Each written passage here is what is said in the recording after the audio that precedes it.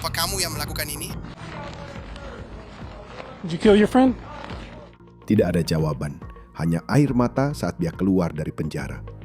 Ini adalah seorang wanita yang menurut polisi melakukan pembunuhan keji, diduga menikam korban lebih dari 100 kali.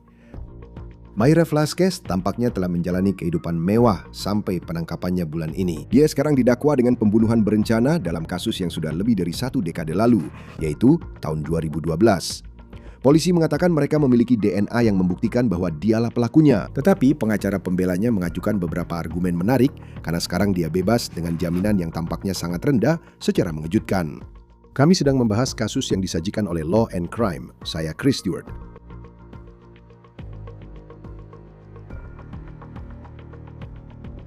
Anda mungkin ingat ketika polisi mengumumkan bahwa mereka yakin telah menemukan orang yang menusuk seorang wanita hingga tewas lebih dari 100 kali dalam kasus lama yang belum terpecahkan yang terjadi pada tahun 2012. Ada seorang detektif yang sangat emosional hingga menangis ketika dia ditanya apa artinya memberikan kelegaan bagi keluarga korban, orang-orang yang telah menunggu keadilan selama 14 tahun. Tapi sejujurnya, itu hanyalah satu sisi dari cerita. Lalu bagaimana dengan sisi lainnya? Bagaimana dengan sisi dari terdakwa? Nah, sekarang kita mulai mendengar dari pihak pembela Mayra Velázquez dan seperti apa sudut pandangnya terhadap hal ini. Berikut adalah video Mayra Velázquez yang didakwa dengan pembunuhan berencana keluar dari penjara Tarrant County di Texas minggu ini. Pengacaranya mengatakan dia tidak bersalah. Uang jaminannya ditetapkan sebesar $450.000 yang kalau kita lihat, kita sedang membicarakan kasus pembunuhan berencana di sini. Itu memang terasa sangat rendah mengingat tuduhan yang dihadapi. Dan Anda pasti bertanya-tanya, apa artinya itu untuk seberapa kuat kasus yang sebenarnya ada terhadap agen real estate ibu dan istri ini? Sekarang, pengacara pembela Velázquez mulai berbicara ke publik dan dia mengatakan kliennya tidak bersalah. Itu mungkin tidak mengejutkan. Itu sering dikatakan oleh orang-orang yang disewa untuk membela mereka yang dituduh melakukan kejahatan. Tapi yang akan kita bicarakan di sini sebentar lagi adalah bagaimana pengacara pembelanya dikabarkan menolak anggapan bahwa kasus terhadap kliennya ini sulit dibantah. Dan Anda memang harus bertanya-tanya, apa langkah Velázquez selanjutnya?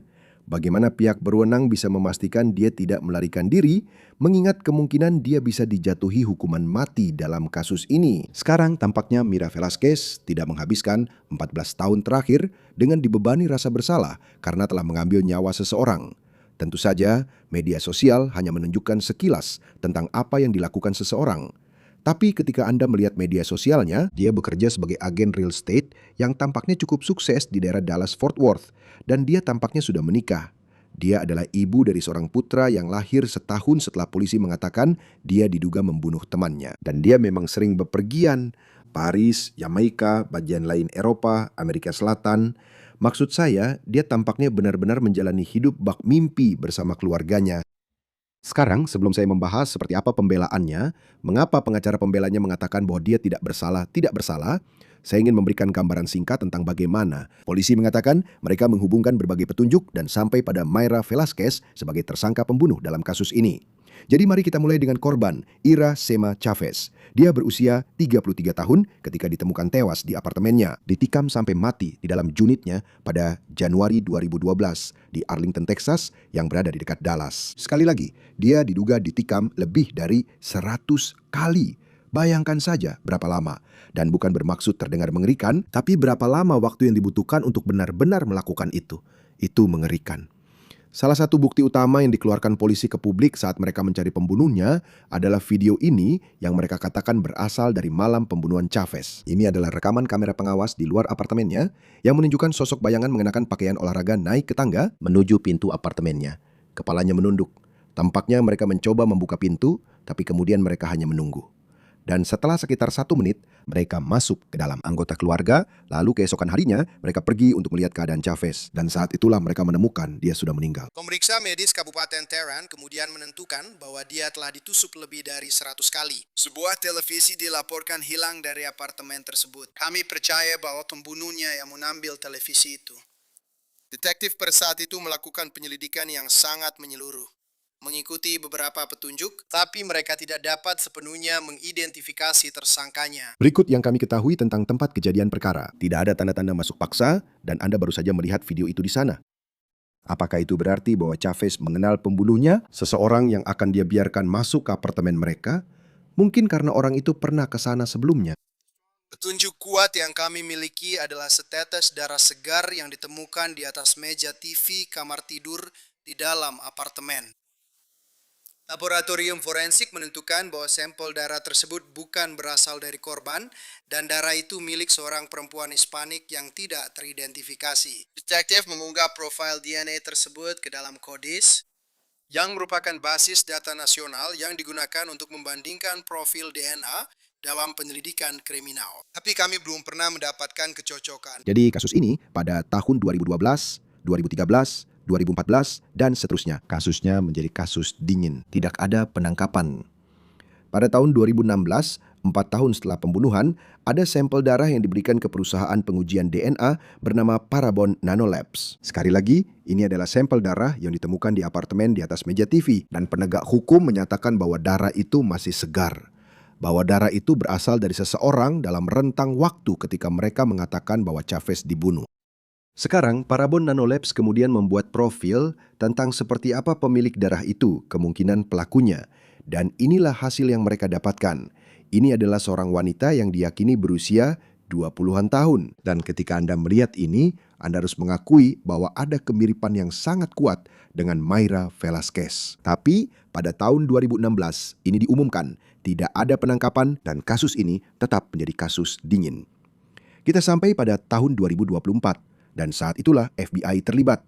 Mereka mengambil sampel DNA dan menganalisisnya dengan genealogi genetik. Dan kita sudah pernah melihat ini memecahkan kasus dingin sebelumnya, yaitu saat Anda mengambil sampel DNA, dalam kasus ini darah, dan kemudian Anda mencocokkannya melalui database yang tersedia untuk umum. Anda bisa membayangkan seperti situs-situs silsilah dan melihat apakah ada kecocokan dengan seseorang yang mungkin berhubungan dengan pemilik sampel tersebut.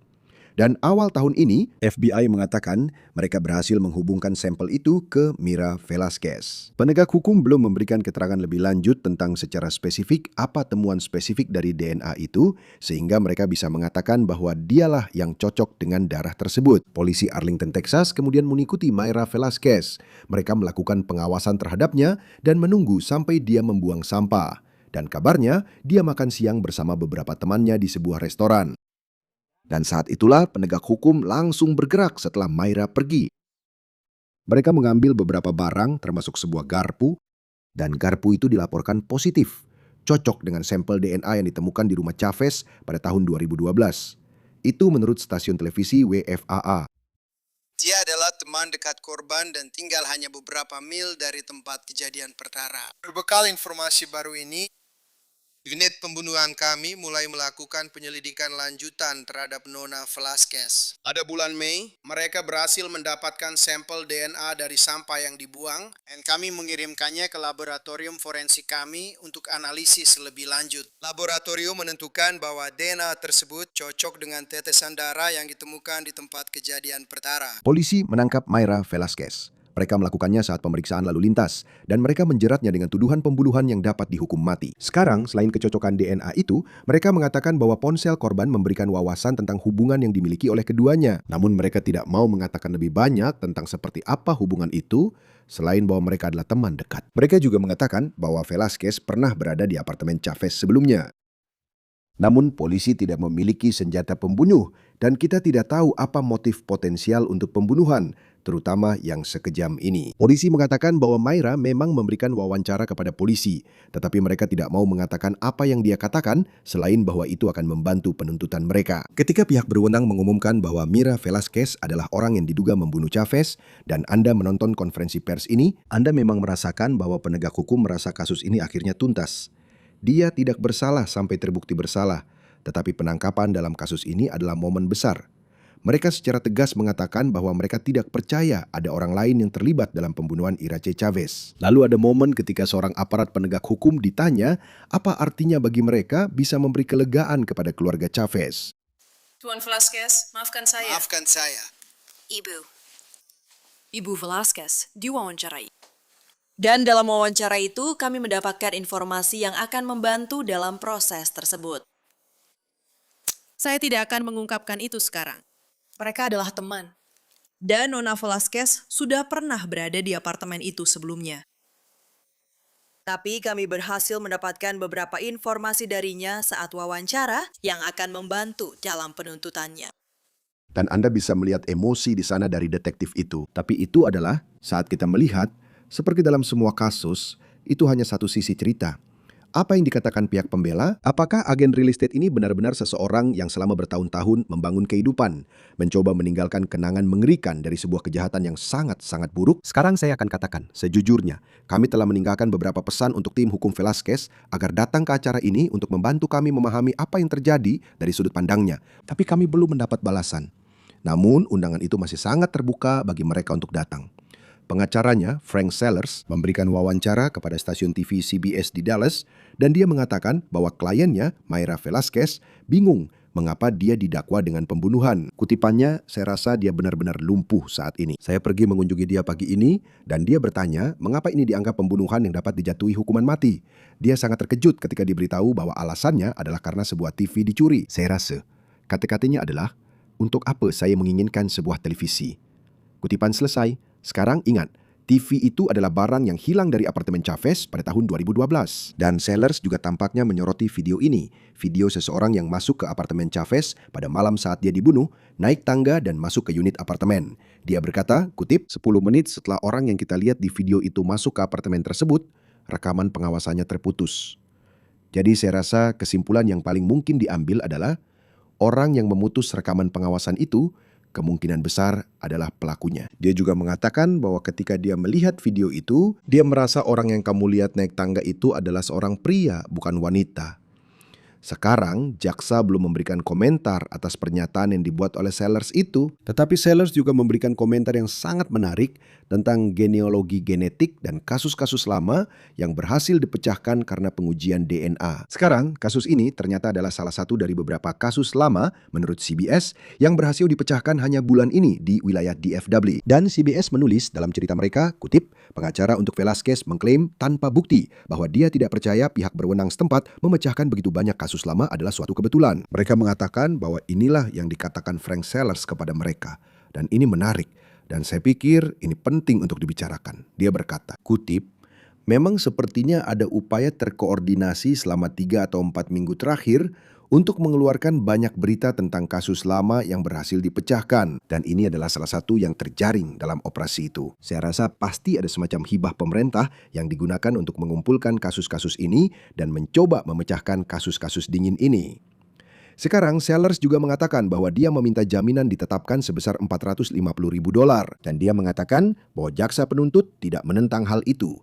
Dan itulah jumlah jaminan yang ditetapkan hakim yang merupakan jumlah yang mampu dibayar oleh Velasquez. Dan sekarang dia sudah keluar dari penjara, meskipun dia didakwa dengan pembunuhan yang diancam hukuman mati. Dilaporkan syarat jaminannya adalah dia harus mengenakan alat pelacak GPS. Dan dia tidak diizinkan meninggalkan wilayah Tarrant atau Dallas. Kini untuk membahas ini lebih lanjut bersama kami ada Pengacara pembela pidana dan mantan jaksa Safa Robinson Ferreira. Senang sekali Anda hadir di Law and Crime.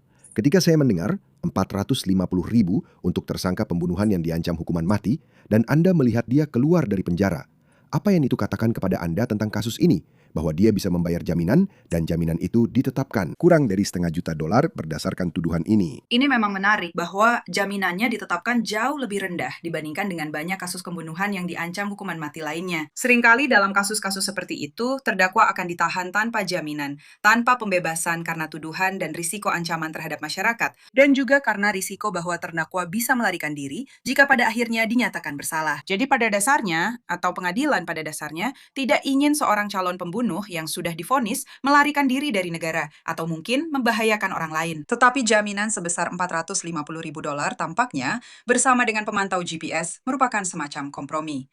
Tuduhan dalam kasus ini sudah sekitar 14 tahun yang lalu. Jadi, dalam rentang waktu itu, terdakwa dalam kasus ini tampaknya telah menjalani kehidupan yang produktif. Dia telah bepergian, dia telah mendapatkan lisensi real estate-nya, dan menjalani kehidupan yang tampaknya sehat dan produktif. Kami juga tahu bahwa dia tidak memiliki riwayat kriminal. Jadi, pengadilan akan mempertimbangkan banyak faktor, termasuk risiko melarikan diri dan ancaman terhadap masyarakat. Apakah dia memiliki riwayat kriminal atau tidak? Yang kami yakini dia tidak punya. Mereka juga dapat melihat seberapa kuat kasus pihak penuntut.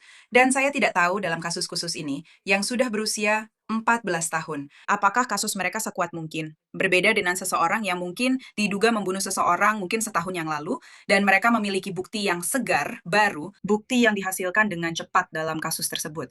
Jadi menurut saya, apa yang dilakukan hakim di sini pada dasarnya adalah mengambil jalan tengah, dengan mengizinkan dia tetap bebas dengan jaminan dan pemantauan elektronik. Karena Anda tahu, ada konferensi pers ketika mereka mengumumkan penangkapannya dan FBI ada di sana bersama pihak berwenang setempat. Dan seperti ada detektif yang terlihat emosional seperti saat menceritakan momen ketika mereka memberitahu keluarga Yarosima Chavez bahwa mereka telah melakukan penangkapan ini. Dan rasanya Anda mendengar itu. Dan saya tahu itu hanya satu sisi cerita. Seperti ada, hampir, saya tahu ini masih dugaan, tapi ada rasa bahwa semuanya akhirnya tuntas, seperti kami berhasil. Dan saya tidak akan menyangka seminggu kemudian kita akan melihat dia keluar dari penjara. Ketika berbicara tentang kasus dingin, dan kita telah melihat banyak kasus dingin yang terpecahkan, genealogi genetik ini telah menjadi, Anda tahu, sangat berhasil dalam membantu memecahkan kasus-kasus yang tampaknya tidak bisa dipecahkan pada suatu waktu. Tapi bagaimana hal itu memengaruhi sebuah kasus? Mengingat bahwa yang kita bicarakan adalah bukti yang dikumpulkan, wawancara yang dilakukan pada saat itu, kita sedang membicarakan sesuatu dari 14 tahun yang lalu. Itu pasti bisa memengaruhi sebuah kasus, dan bahkan lebih ke arah positif. Saya pikir salah satu alasan mengapa tidak ada yang benar-benar ditangkap sampai baru-baru ini adalah karena kurangnya bukti DNA, atau setidaknya kemampuan untuk menguji bukti DNA genetik ini. Pada akhirnya, itu menunjukkan bahwa dia adalah tersangka dalam kasus tersebut. Dan menurut saya, yang sering terjadi adalah seiring berkembangnya ilmu pengetahuan dan sistem hukum, ada lebih banyak mekanisme yang diterapkan untuk memastikan bahwa, kamu tahu, pengujian DNA dan bukti berbasis sains lainnya diajukan dan diproses dengan tepat dan benar. Dan sekali lagi, seiring dunia, kamu tahu, berubah dengan adanya AI dan kemampuan lainnya, ada dorongan yang lebih besar untuk bisa memecahkan kejahatan-kejahatan seperti ini. Karena saya juga berpikir, misalnya jika kamu adalah pengacara pembelanya, kamu tahu, bukti ini dikumpulkan pada tahun 2012. Dan sejak saat itu, banyak hal yang sudah berubah, saya yakin, dalam cara Departemen Kepolisian mengumpulkan bukti di tempat kejadian perkara. Seperti misalnya, untuk menempatkanmu pada posisi pengacara pembela. Maksud saya, bagaimana kamu bisa menyerang? Seperti kerangka waktu dan mungkin, dan polisi tampak cukup yakin dengan cara bukti itu dikumpulkan, tapi bagaimana caranya agar pembela bisa mengatakan, maksud saya, ini sudah terjadi begitu lama yang lalu? Tentu saja, jadi salah satu hal yang benar-benar akan difokuskan oleh pengacara pembela di sini adalah rantai penguasaan barang bukti, dan juga kurangnya kemampuan untuk menjaga bukti DNA ini. Jadi kita harus tahu siapa yang mengumpulkan sampel DNA ini, kapan dikumpulkan, sudah melalui berapa tangan, sebelum disimpan, sebelum diuji, dan apakah ada gangguan terhadap integritas bukti DNA tersebut. Jadi sekali lagi, siapa saja yang memiliki akses ke sana? Bagaimana cara penyimpanannya? Apakah disimpan dalam kondisi yang aman dan sesuai? Misalnya, jika disimpan di dalam pendingin, apakah suhunya sudah sesuai dan semua hal semacam itu yang pada akhirnya bisa memengaruhi apakah bukti DNA itu bisa diubah dengan cara apapun. Dan pengacara pembela akan berkata, "Hei, dengarkan, kasus ini sudah berumur 14 tahun. Kemungkinan besar, kalian tidak memperoleh bukti ini dengan benar. Kalian sudah menyimpannya selama ini. Apakah bukti itu disimpan dengan tepat dan benar untuk memastikan integritas bukti DNA tersebut?" Dan yang juga orang-orang tidak sadari adalah bahwa 14 tahun itu waktu yang lama. Jadi, orang-orang yang bertanggung jawab untuk memperoleh bukti itu, mereka perlu dipanggil sebagai saksi untuk bersaksi di persidangan. Jadi, sayangnya, terkadang ada orang yang sudah meninggal. Jika itu terjadi pada siapapun yang mungkin terlibat dalam rantai pengawasan dan memperoleh bukti DNA ini, tentu saja akan mempengaruhi seberapa kuat kasus pihak penuntut dan seberapa banyak yang bisa mereka buktikan. Karena jika kita memiliki saksi yang tidak dapat bersaksi atau tidak hadir, atau tidak ada hal-hal yang didokumentasikan oleh saksi-saksi tersebut pada saat itu, dan mereka sekarang sudah tidak ada di sini untuk bersaksi di hadapan kita hari ini, itu tentu saja akan menjadi hambatan bagi pihak penuntut. Saya tahu, karena saya jelas berada di luar penyelidikan ini. Kita semua juga, dan kita hanya menonton ini. Dan seperti di banyak kasus seperti ini, rasanya Anda punya DNA yang menjadi bukti utama, dan Anda berpikir, mereka sudah mendapatkannya. Benar, seperti itu saja. Kita sudah melihat, Anda tahu, kasus-kasus lama lainnya yang terpecahkan di mana mungkin DNA-nya ada. Saya ingat dalam satu kasus, itu adalah DNA di bawah sidik jari korban, dan itu menunjukkan bahwa dia sempat bergumul. Dan di kasus lain, DNA-nya mungkin ada di senjata pembunuhan. Dalam kasus ini, kecocokan DNA membuktikan bahwa, kamu tahu, tetesan darah ini kemungkinan milik Mayra Velasquez. Dan polisi mengatakan begitu. Dan saya yakin ini akan diperdebatkan. Bahwa, seperti tetesan darah itu, darah tersebut masih cukup segar untuk dimasukkan ke dalam garis waktu saat sosok misterius ini masuk ke apartemennya pada malam dia dibunuh. Tapi rasanya seperti apa yang menonjol menurutmu dari ini hanya setetes darah di atas meja TV. Ini bukan seperti setetes darah yang ada di senjata pembunuhan atau semacamnya. Sepertinya itu adalah celah bagi pihak pembela di sini, hanya berdasarkan apa yang kita tahu. Dan saya yakin masih banyak bukti lain yang belum kita ketahui. Jika perempuan-perempuan ini memang berteman seperti yang telah digambarkan, kemungkinan besar DNA terdakwa memang sudah ada di apartemennya. Jika dia pernah berkunjung ke sana, jika dia pernah menghabiskan waktu bersamanya di rumahnya, maka kemungkinan besar DNA terdakwa memang akan ada di sana juga. Sekarang, fakta bahwa atau yang kami yakini akan menjadi fakta bahwa bukti DNA itu milik terdakwa. Dan itu ditemukan di meja TV. Hal itu tentu saja menimbulkan dugaan, atau secara tidak langsung menimbulkan dugaan, bahwa dia bisa saja melakukan kejahatan ini. Apakah ini sudah pasti? Tidak. Kita masih belum memiliki senjata pembunuhan. Kita tidak tahu apa, jika ada, alasan yang bisa menjadi motifnya. Bukan berarti jaksa harus membuktikan motif, tapi semuanya harus masuk akal. Kamu tahu, tuduhannya di sini adalah ada pembunuhan. Aku rasa ada keterlibatan TV dalam pencurian sebuah TV. Hal-hal seperti itu, dan ditusuk 100 kali tentu saja merupakan kejahatan karena dorongan emosi. Jadi, apa yang terjadi sebelum insiden ini yang bisa menunjukkan bahwa terdakwa sebenarnya punya alasan atau motif untuk melakukan kejahatan ini? Yang juga menarik perhatian saya adalah tampaknya ada bukti sistem pengawasan di rumah korban yang menunjukkan ada seseorang masuk sekitar 10 menit sebelum rekaman pengawasan itu terputus. Pengacara pembela dalam kasus ini menunjukkan bahwa sosok tersebut tampaknya adalah seorang laki-laki. Jadi, apakah ada orang lain yang bisa menjadi tersangka?